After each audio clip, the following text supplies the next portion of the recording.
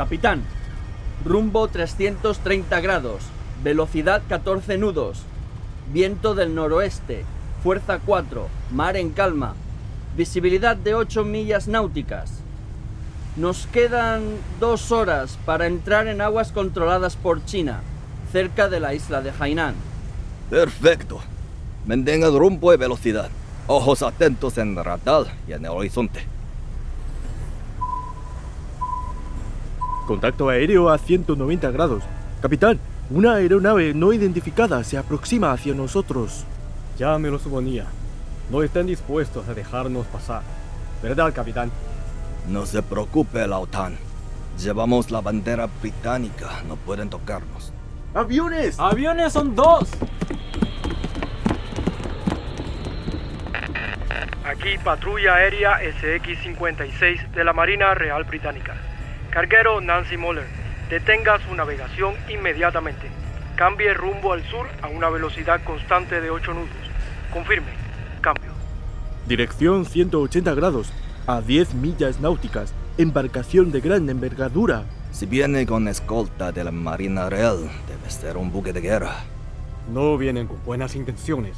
Capitán, usted decide. Este es su barco. Carguero Nancy Moller, ¿Confía en mí? detenga su navegación Por supuesto. inmediatamente. Radio, ajuste de recibo. Timonel, reduzca a velocidad lenta. 8 nudos. Velocidad lenta, reduciendo a 8 nudos. ¿Entendido? Aquí Nancy Moller. Orden recibida. Procedemos a cambiar rumbo. Cambio. Timón a la derecha. 20 grados. Orientación sur. Objetivo 180 grados. Timón a la derecha, 20 grados. Cambiando rumbo al sur. Rumbo objetivo 180 grados. Entendido.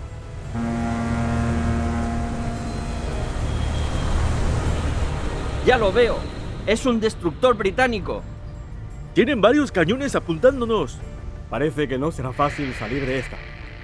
Aquí el destructor HMS Cossack de la Marina Real Británica, llamando al carguero Nancy Moller.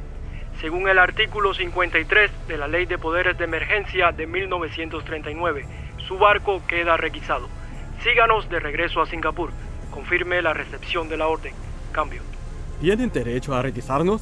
Sí, el artículo 53 establece que cualquier barco registrado en Reino Unido o en las colonias británicas está obligado a servir a la reina bajo las órdenes de la Marina Real en tiempos de guerra. Pero claro, los británicos están luchando en Corea junto con los gringos y ellos vienen al mar meridional de China a requisar barcos. Está claro que es intencional contra nosotros. ¿Qué opina usted, capitán? Un buen capitán sabe que no debe hacerse valiente cuando lo apuntan los camiones. No arriesgaré la vida de mi tripulación, ni la suya. ¿Sabe lo que significa esa carga para la Nueva China? 3.745 toneladas, ¿verdad? Lautan, acepté este contrato y lo cumpliré. Es la palabra de un capitán con 30 años en el mar. Con esas palabras me quedo tranquilo. Volvamos a Singapur y reconsideremos el plan desde allí. La carga es intocable por ley, pero temo que pueda intentar alguna artimaña. Encontraremos la forma de cumplir la misión. Nancy Moller al HMS Cossack. Orden recibida. Regresaremos al puerto de Singapur. Compañeros, el viaje recién comienza. Descubre cómo las plantas de América transformaron la historia, la cultura y la vida cotidiana de China. De los Andes al Yangtze, Odisea de plantas americanas en China. Capítulo 6. Alma de resistencia. Acabamos de revivir un episodio real ocurrido el 18 de mayo de 1951, en el mar meridional de China. A bordo de un carguero con bandera británica viajaba una carga misteriosa. Se trataba de 3.745 toneladas de láminas de caucho natural. ¿Quién era el dueño de aquel tesoro industrial? ¿A dónde iba? ¿Y por qué se convirtió en el epicentro de una peligrosa disputa internacional? Para encontrar las respuestas hay que retroceder hasta la tierra natal del caucho, en el vasto continente americano, mucho antes de que Colón pusiera un pie en él. Hoy, el caucho está en todas partes, en los neumáticos que mueven el mundo, en el corazón de un balón de fútbol, en juntas que sellan máquinas, en cintas transportadoras, en guantes quirúrgicos, en trajes de buceo. El mundo moderno sería impensable sin él.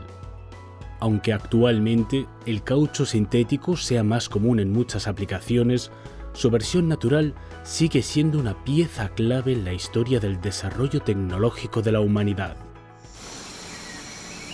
El caucho natural se obtiene de la savia de varias plantas, pero la reina indiscutible es la Hevea brasiliensis, el árbol del caucho. Este gigante de 30 metros es originario de la cuenca del Amazonas. Al cortar su corteza, brota un líquido blanco y lechoso. En lengua indígena lo llaman cauchu, lágrima de madera.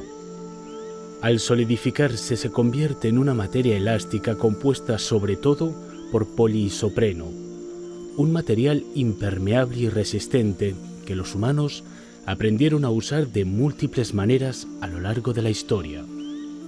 Mucho antes de que el caucho conquistara el mundo, los pueblos originarios de América ya lo habían integrado en su vida cotidiana.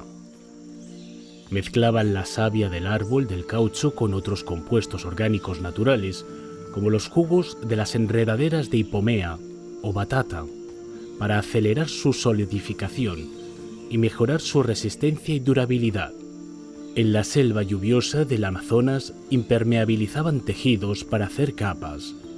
Se untaban el látex directamente en los pies para fabricar botas de lluvia, e incluso forraban mangos de herramientas y fabricaban correas de sujeción. Hacia el año 1600 antes de nuestra era, en Mesoamérica ya se jugaba con pelotas de caucho en ceremonias religiosas. Cuando los colonizadores vieron por primera vez aquellos balones elásticos rebotando como si tuvieran vida, pensaron que estaban poseídos por espíritus. En Reino Unido descubrieron que un bloque de caucho podía borrar las marcas de lápiz. Lo llamaron rubber, borrador. Pero el caucho crudo se degradaba con el tiempo y pocos vieron en él un futuro útil. Todo cambió en 1839, cuando el estadounidense Charles Goodyear, sí, el que da nombre a la famosa marca de neumáticos, inventó la vulcanización. El caucho se volvió más resistente, elástico y duradero. Y con ese hallazgo cambió para siempre el destino de la selva amazónica, de millones de pueblos originarios y del mundo entero.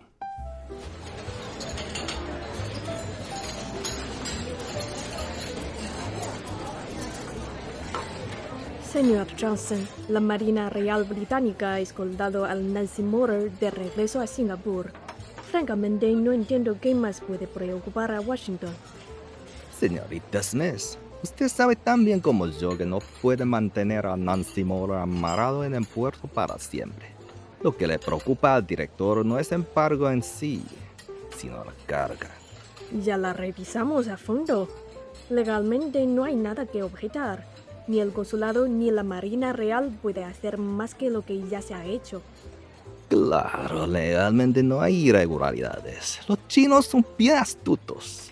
Pero dígame, el primer ministro Attlee quiere ver ese caucho en Corea convertido en máquinas de la muerte apuntadas contra tropas británicas y estadounidenses. El primer ministro Attlee ha brindado a esta operación todo el apoyo que se puede esperar dentro de los términos de nuestra alianza. El Reino Unido y los Estados Unidos son aliados, pero también esperamos que la CIA entienda que, como diplomáticos, debemos respetar la ley y cuidar nuestra imagen internacional. Hágale saber al señor cónsul que no le quitaremos el ojo de encima. En 1839, un descubrimiento transformó un material frágil en una maravilla de la ingeniería. Al añadir azufre y entrelazar las moléculas del caucho crudo, en una estructura tridimensional, nació la vulcanización. El caucho se volvió más resistente, más duradero, impermeable a la corrosión y capaz de recuperar su forma al instante, como si tuviera memoria. Pronto, ese caucho vulcanizado se convirtió en neumático, y esas ruedas comenzaron a girar por todo el mundo. A finales del siglo XIX, la invención del automóvil revolucionó el transporte y disparó la demanda. El precio del caucho subió sin freno y Europa lanzó su mirada codiciosa al Amazonas. Lo que siguió fue una fiebre comparable a la del oro en California, pero en tierras sudamericanas. Para la industria y el desarrollo humano fue un salto gigantesco, pero para los pueblos originarios del Amazonas y para la selva misma fue una catástrofe sin precedentes. Compañías extranjeras arrasaron ecosistemas enteros para plantar caucho. Endeudaron hasta la esclavitud a las comunidades indígenas y en muchos casos secuestraron directamente a sus hombres y mujeres para forzarlos a trabajar. En su informe sobre la Peruvian Amazon Company, el cónsul británico Roger Casman documentó con horror cómo los supervisores recurrían al látigo, la tortura y hasta el asesinato para forzar a los indígenas a trabajar de por vida bajo condiciones inhumanas. Cuando todo salió a la luz, de los 50.000 habitantes originales de la comunidad, solo quedaban 8.000. El mundo lo recordaría como el genocidio del Putumayo. Y aún así, su principal responsable, Julio César Arana, junto con la mayoría de sus cómplices, nunca pisó un tribunal. Las atrocidades de la Peruvian Amazon Company son apenas una muestra de la devastación que la fiebre del caucho trajo a estas tierras.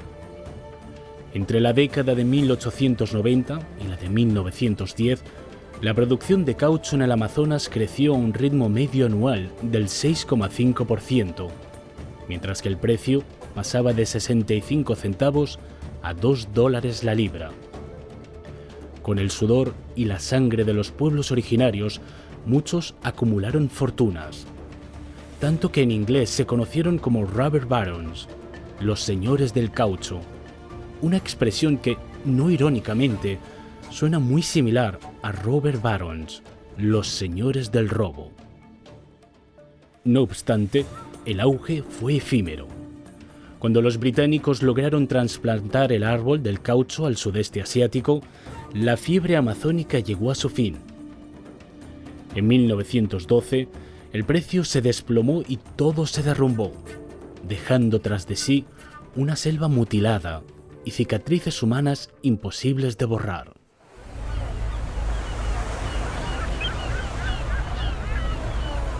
Señor Tan, ¿hemos fracasado en nuestra misión? ¿Casado? Todavía es pronto para sacar conclusiones. Entonces, ¿por qué no nos vamos cuando ya hemos conseguido el permiso para zapar? Al contrario, estamos sacando el caucho para subastarlo aquí mismo. ¿Es que ya no lo necesitamos? ¿Ves esas gaviotas, Chang? Tanto en el cielo como en la tierra. Hay muchos ojos siguiendo cada uno de nuestros movimientos. Es lamentable que al final le hayan concedido el permiso a Sarpe a Nancy Mola. Bueno, el permiso de requisición tenía un plazo establecido. Y tampoco es que necesitemos ese barco para nada. No sé qué estarán tramando, pero estos días la tripulación parece más interesada en salir de fiesta que en llevar su carga a destino. Ayer anunciaron que iban a subastar todo lo que llevaba en el barco. Lo sé, estamos al tanto. Pues parece que se han dado por vencidos. Supongo que podemos dar nuestra tarea por concluida. Yo no estaría tan seguro. No te impacientes, John. Pase lo que pase, cumpliremos esta misión. Señor Tan, usted siempre tiene todo bajo control. Confío plenamente en usted. Tú también has sido de gran apoyo y has tomado tus riesgos. La nueva China necesita este caucho. Y también a jóvenes como tú, chinos de ultramar preparados y con ideales. Yo nací en Malasia. Mi padre solía decir que China era un país pobre y atrasado, pero ahora todo el mundo habla de la nueva China. Dicen que nació después de expulsar a los invasores y derrocar a los explotadores. Usted viene de ahí, señor Tan. Dígame, por favor, ¿cómo es la nueva China? La nueva China es un lugar lleno de esperanza. Ahí creemos una absoluta convicción que uniendo nuestras manos podremos levantar un país más próspero, más culto y más hermoso. Hoy nuestra joven nación todavía lucha por sobrevivir. Pero llegará el día en que nuestros hijos vean ese sueño hecho realidad. Cuando acabemos la misión, señor Tan, llévame a China. A finales del siglo XIX, el sudeste asiático comenzó a reemplazar al Amazonas como el principal productor mundial de caucho. Muchos chinos emigraron a esa región en busca de sustento y se interiorizaron en los pormenores de la producción de este recurso. Desde allí, el caucho encontró su camino hacia China. En 1904, Tao An Ren, un líder de la etnia Tale Yunnan, compró en Singapur 8.000 plántulas que destinó a las laderas del monte Phong Huan. Una de ellas sobrevive incluso hasta nuestros días.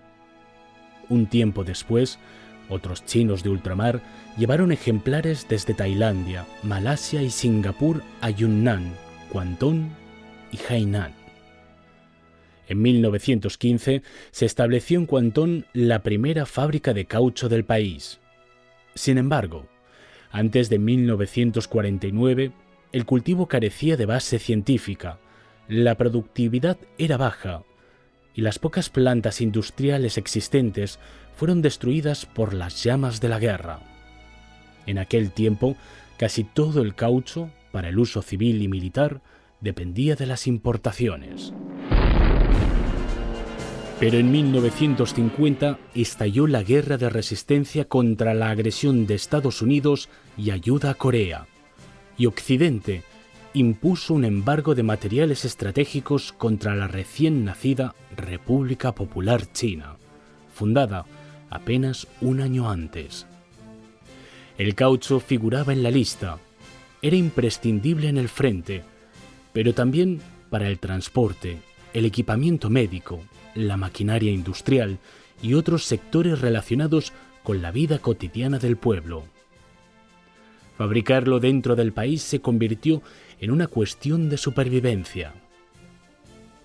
En noviembre de 1951 se creó el Buró de Cultivo del Sur de China, una institución dedicada exclusivamente a desarrollar la industria del caucho natural.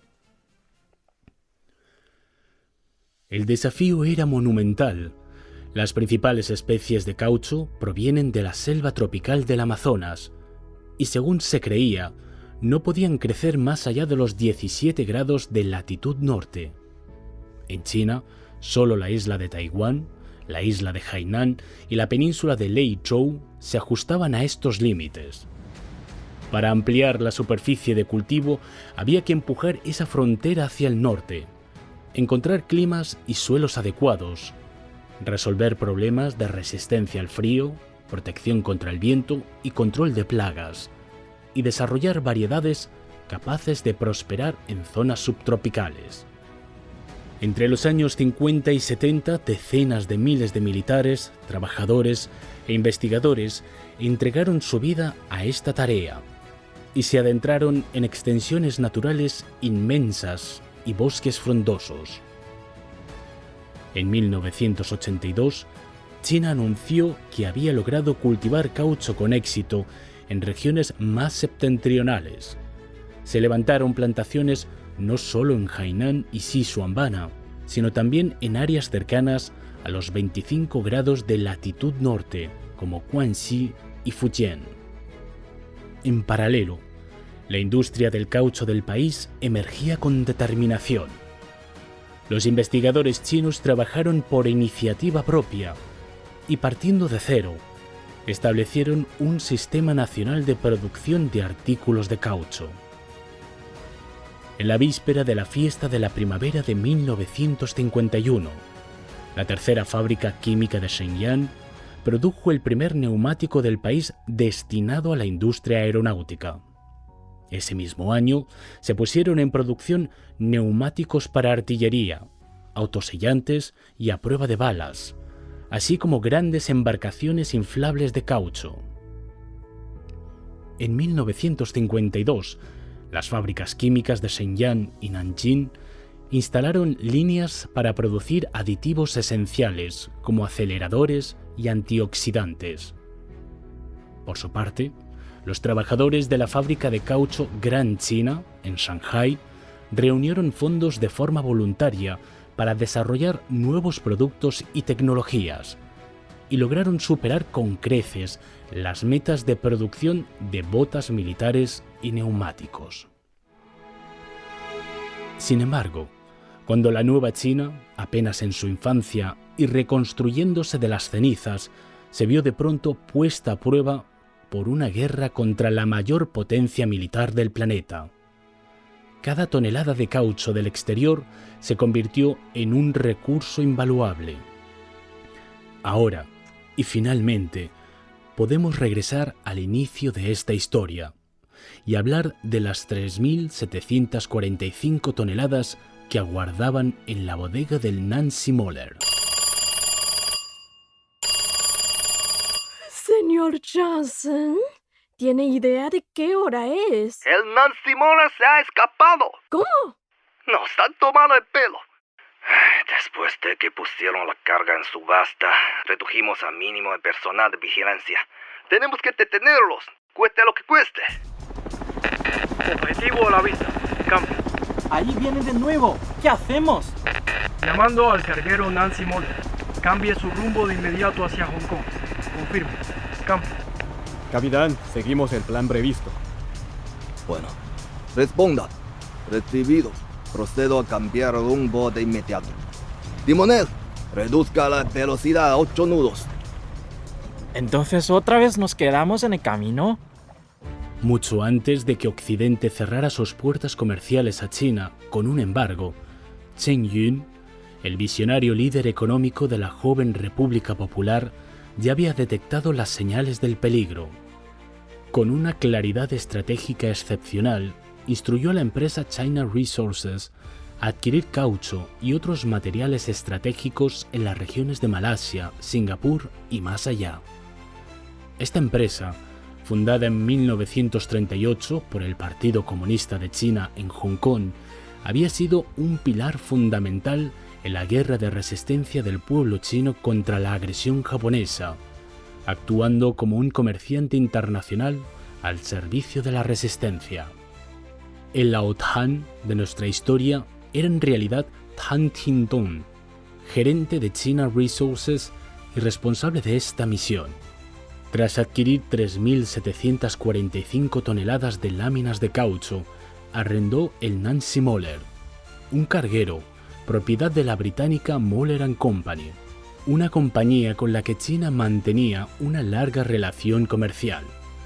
Según memorandos desclasificados años más tarde por el sistema de inteligencia estadounidense, la CIA compartió la información con el Reino Unido y le instó a actuar. Así se produjo el episodio en el que el destructor Cossack interceptó al Nancy Moller. Sin embargo, como la compra del caucho y la obtención del permiso de exportación se habían realizado antes de la entrada en vigor del embargo, Londres no tenía base legal para retener la carga en Singapur. Aún con el permiso de salida en la mano, Tan Ting-tong siguió maniobrando para despistar a los servicios de inteligencia occidentales. Finalmente, el 29 de mayo de 1951, el Nancy Moller zarpó de forma repentina rumbo a China. Cuando los británicos reaccionaron, apenas pudieron enviar aviones en un intento desesperado de alcanzarlo.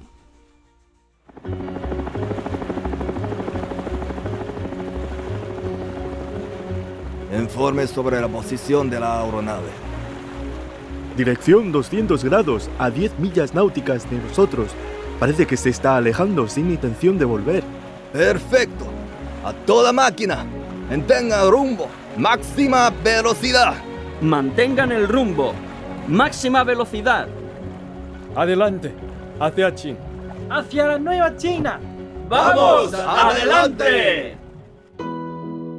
Contra todo pronóstico, el Nancy Moller llegó a su destino con las 3.745 toneladas de caucho a bordo.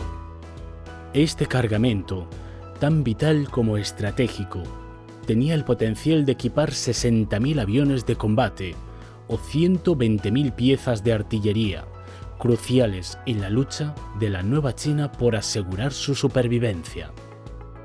Hoy, 7 décadas después, la industria china del caucho natural ha entrado en una etapa de desarrollo de alta calidad, marcada por la transición hacia procesos más verdes, inteligentes y de integración con la industria microquímica. En 2024, la superficie nacional de plantaciones de caucho superó 1,14 millones de hectáreas, la tercera más grande del mundo. La producción de caucho natural alcanzó las 900.000 toneladas, situando al país en el 5º puesto global. China produce más del 85% de los aditivos de caucho del planeta, el 40% de los neumáticos y es el mayor fabricante de bandas transportadoras industriales. En muchos segmentos de productos de caucho de gama media, el sello Hecho en China mantiene una fuerte competitividad internacional. Al mismo tiempo, China es el mayor consumidor mundial de caucho. En cierto sentido, la creación y el desarrollo de la industria del caucho fueron impulsados por el bloqueo y el embargo que sufrió la joven República Popular China en sus inicios. En aquella situación límite, el pueblo chino demostró una perseverancia y una resistencia firmes como el mismo caucho, y logró levantarse por sus propios medios. Esta es la verdadera historia del caucho en China.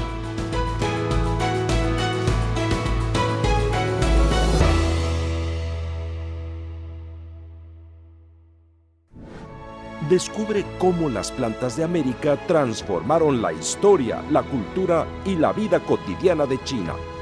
De los Andes al Yangtze, Odisea de plantas americanas en China.